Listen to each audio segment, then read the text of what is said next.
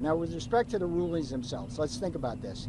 There's a lot of texture here. It's unusual when you have a court come out with two very separate rulings where the law interpretation is very different and very, very textured. Okay, the common denominator is the International Economic Emergency Powers Act. It's an act which entitles the executive branch with very, very broad authority to take action in the face of economic emergencies. It was the case of the fentanyl. There's an obvious one there. It's killing Americans, many of them of prime working age.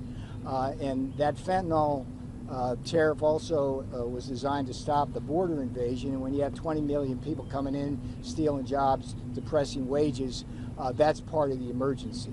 And then the reciprocal tariff issue, the emergency there very clearly is the $1.3 trillion trade deficit a year, which cumulatively has added up to $18 trillion of wealth transferred into foreign hands. And can you imagine what you can buy with $18 trillion in this country? You could buy a whole state with that.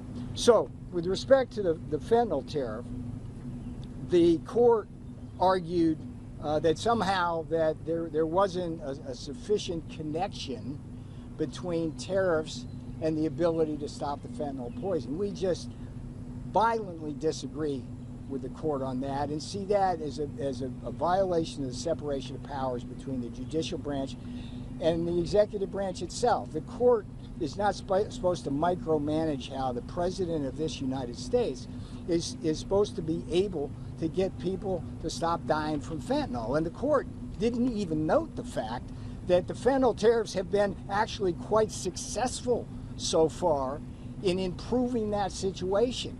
It's gotten a lot better, and the court didn't even acknowledge that. So that one's wrong on legal grounds. With respect to the reciprocal tariff argument, that was like a whole separate argument. They basically said that the president acted beyond the scope of his authority. And the buried lead in all of that was they said, well, this is why the stock market has basically not reacted to this, because the status quo is still in place.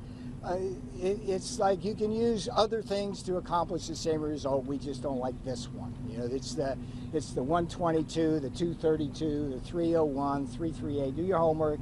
You know how all that works.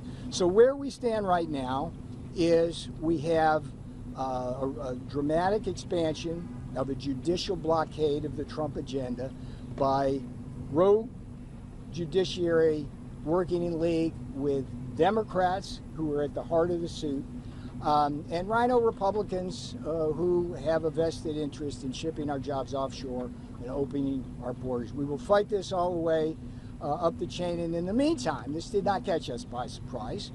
You will hear within the next day or two, at a minimum, from the United States Trade Representative on how we will respond to all of this. We will respond forcefully, and we think we have a very good case with respect to this. Now, after having said that, I appreciate your patience. What I try to do when I come out here is give you more texture and background rather than just sound bites. So that's what I hope I've done.